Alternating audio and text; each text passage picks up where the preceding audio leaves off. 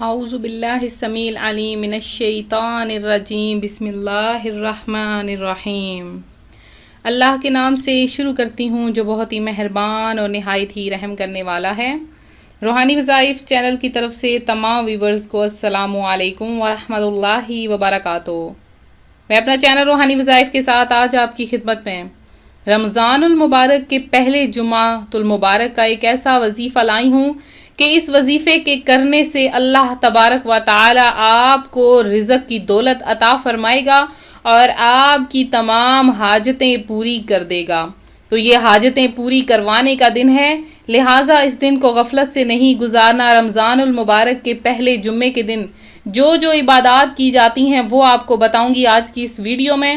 تو اپنا وظیفہ شروع کروں گی اس سے پہلے میں اپنے تمام نئے آنے والے ویور سے گزارش کرتی ہوں کہ ہمارا چینل روحانی وظائف کو ضرور سبسکرائب کر لیں اور ساتھ دیے بیل آئیکن کا بٹن بھی پریس کریں تاکہ ہر آنے والی نئی ویڈیو سب سے پہلے آپ تک پہنچ سکے۔ تو ویورز، ہم قرآن و سنت کے لحاظ سے آپ کے لیے وظائف لے کر آتے ہیں۔ تو اپنا وظیفہ شروع کروں گی اس سے پہلے میں آپ سب سے گزارش کروں گی، آپ سب مل کر میرے ساتھ درود پاک پڑھ لیجئے۔ الصلاۃ والسلام علیک یا رسول اللہ وعلی آلک وصحابک یا حبیب اللہ۔ الصلاۃ والسلام علیک یا نبی اللہ وعلی آلک وصحابک یا نور اللہ۔ تو سب سے پہلے جو میں نے پچھلی ویڈیو میں آپ سے سوال کیا تھا کہ سوال کچھ یوں تھا کہ وہ ماہ رمضان میں ایک رکعت پڑھنا غیر رمضان میں کتنی رکعتوں سے افضل ہے؟ تو اس کا جواب تھا کہ ماہ رمضان میں ایک رکعت پڑھنا غیر رمضان کی 1000 رکعتوں سے افضل ہے۔ تو جن لوگوں نے صحیح جواب دیا ہے، جن بہنوں بھائیوں نے، وہ ویڈیو شروع سے لے کر آخر تک دیکھیں۔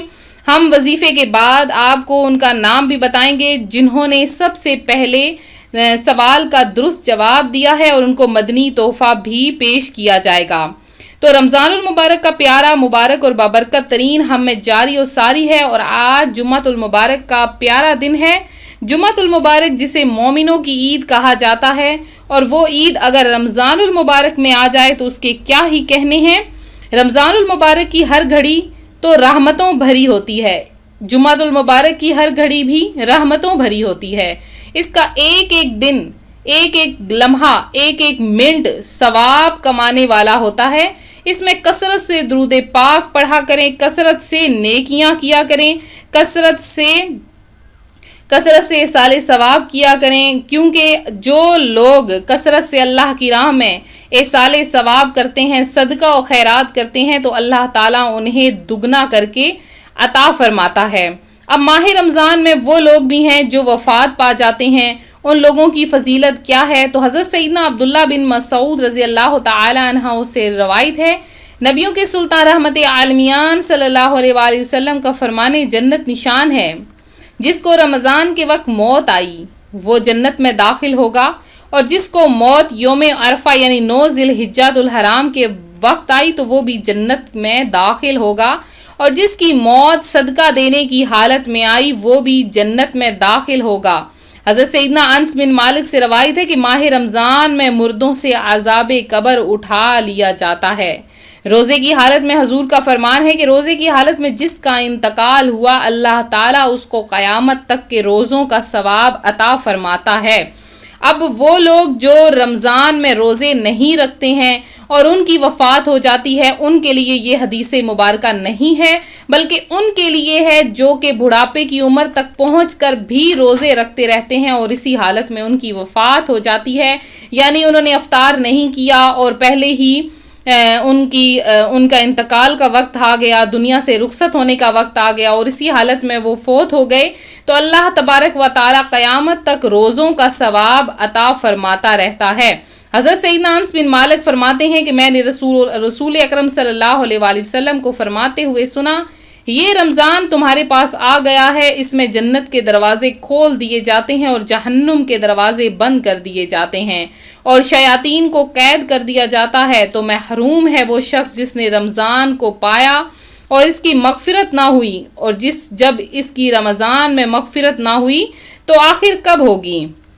لہٰذا جب رمضان آتا ہے تو آسمان کے دروازے کھول دیے جاتے ہیں، جنت کے دروازے کھول دیے جاتے ہیں، دوزخ کے دروازے بند کر دیے جاتے ہیں، شیاطین زنجیروں میں جکڑ دیے جاتے ہیں اور رحمت کے دروازے بھی کھول دیے جاتے ہیں، سرکش شیطانوں کو باندھ دیا جاتا ہے۔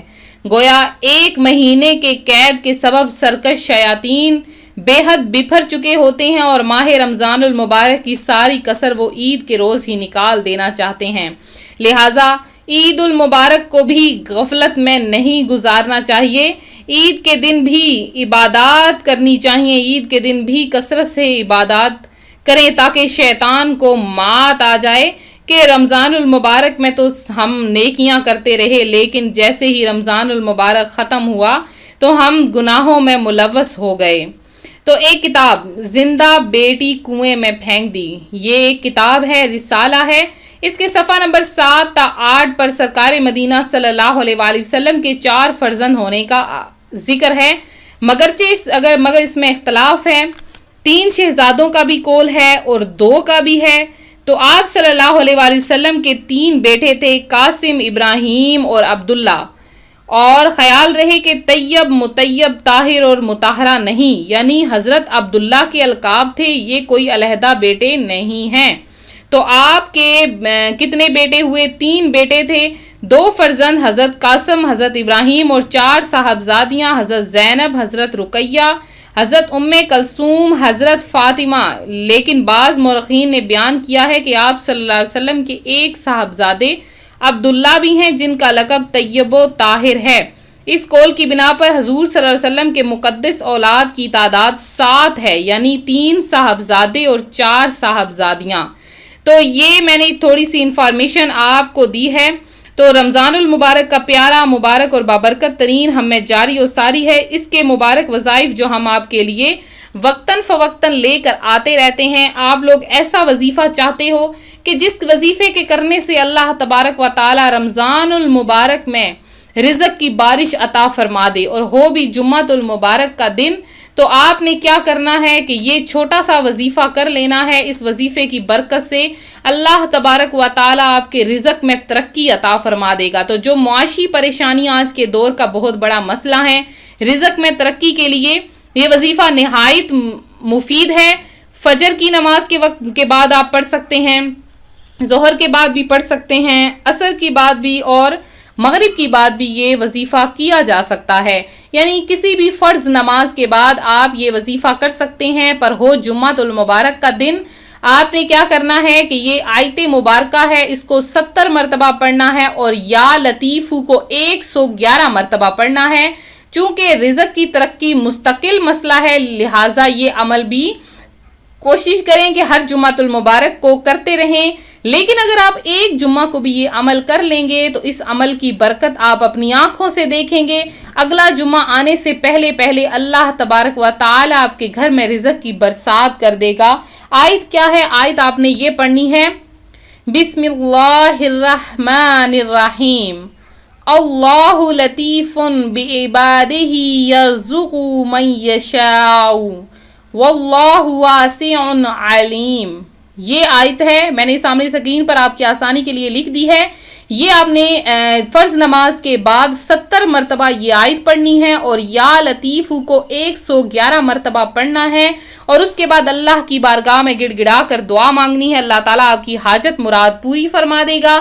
اس کے علاوہ آج کی جو ویڈیو کے ریلیٹڈ ہمارا آج کا جو کوسچن ہے وہ یہ ہے کہ نبی پاک علیہ الصلوۃ والسلام کے کتنے بیٹے اور کتنی بیٹیاں تھیں، کتنے صاحبزادے اور کتنی صاحبزادیاں تھیں، ان کی تعداد آپ نے بتانی ہے۔ جو سب سے پہلے 10 لوگ بتائیں گے ان کا نام جو ہے وہ خصوصی دعا میں بھی شامل کیا جائے گا، اس کے علاوہ جتنے بھی ان کا نام بھی شامل کیا جائے گا، لیکن ان کے جو 10 ہیں ان کو مدنی تحفہ بھی پیش کیا جائے گا۔ اب ان حضرات کے نام سن لیں جنہوں نے درست جواب دیا ہے، وہ کون سے بہن بھائی ہیں۔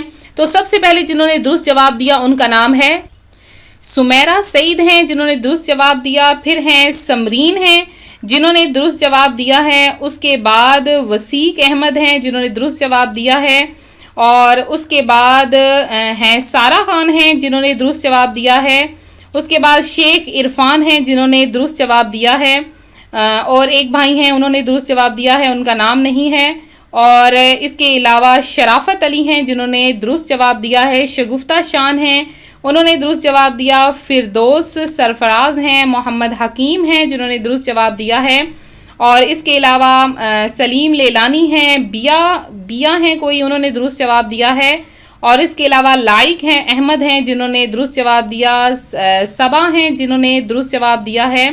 اس کے علاوہ ایک اور کا نام بھی شامل کر دیتی ہوں، وہ ہیں امجد جاوید ہیں جنہوں نے درست جواب دیا ہے۔